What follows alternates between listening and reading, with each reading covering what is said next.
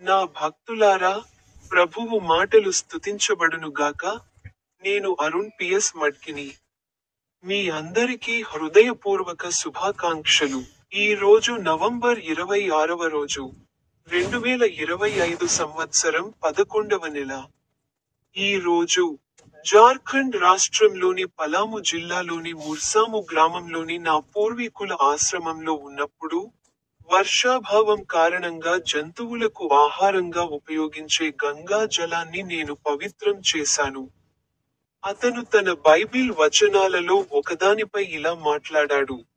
Saint లూకా పవిత్ర సువార్త, అధ్యాయం 22, వచనం 19. అప్పుడు అతను రొట్టె తీసుకొని, కృతజ్ఞతలు చెప్పి, దానిని విరిచి వారికి ఇచ్చి, ఇది మీకోసం ఇవ్వబడిన నా శరీరం. నా జ్ఞాపకార్థం దీన్ని చేయండి అని అన్నాడు. మీ అందరికీ హృదయపూర్వక శుభాకాంక్షలు. మరియు నా యూట్యూబ్ ఛానెల్లోని స్టేక్ బటన్ పై క్లిక్ చేయడం మర్చిపోవద్దు.